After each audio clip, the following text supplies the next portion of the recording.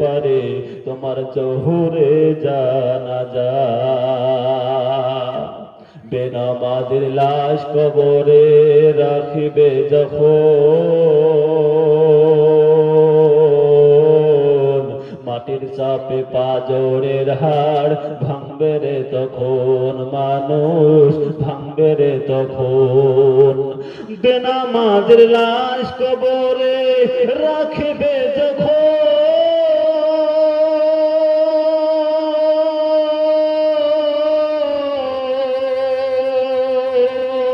মাটির চাপে পাঁজরের হাড় ভাঙবে রে তখন, মানুষ ভাঙবে রে তখন। বিষাক্ত ওই সাপের সবল, বিষাক্ত ওই সাপের সবল, বেনামাজির সাজা। এমনও তো হতে পারে তোমার জোহরে জানাজা। কেমন করে ঘুমাও তুমি,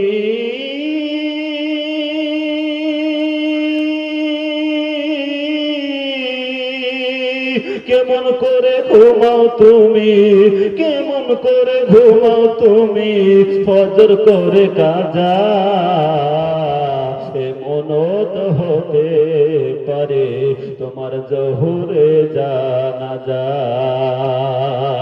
বেনামাজি পাবে না হয় নবীর শাফাআত,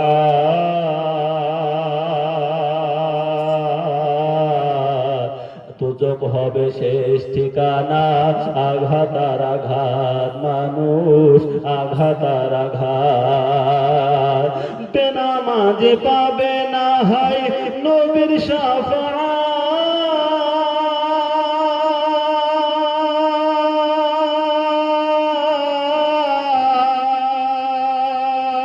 দুজক হবে শেষ ঠিকানা। আঘাত আর আঘাত, মানুষ আঘাত আর আঘাত। পরকালে নামাজ বিহীন,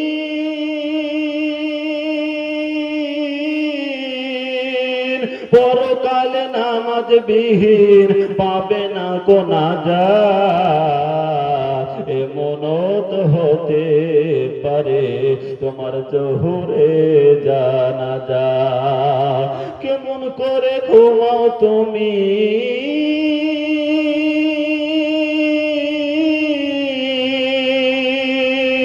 কেমন করে ঘুমাও তুমি, ফজর করে কাজা। এমনও তো হতে পারে তোমার জোহরে জানাজা।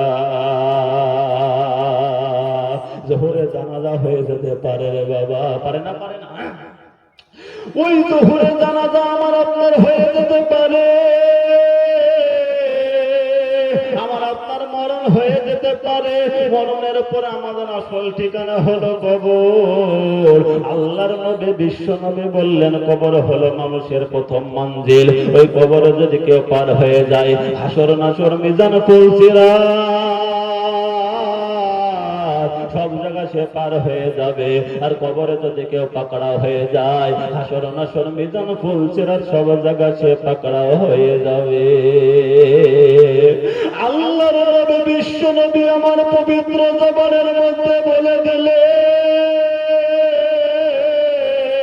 ওই কবর হলো মানুষের আসল ঠিকানা, ওই কবর হলো মানুষের আসল ঘর, ওই কবর হলো সাব্বিশ্ব ঘর, ওই কবর হলো পোকামাকড়ের ঘর, ওই কবর হলো মানুষের প্রথম মঞ্জিল রে বাবা।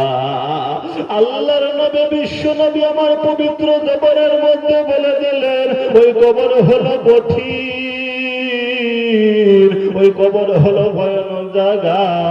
আল্লাহর নবী বিশ্ব নবীর জামাই হযরত ওসমান গনি, তিনি যখন কবরের পাঁজর দিয়ে চলে যেতেন, চোখের পানিতে দাড়িগুলো ভিজে ভিজে জড়ো হয়ে যেত।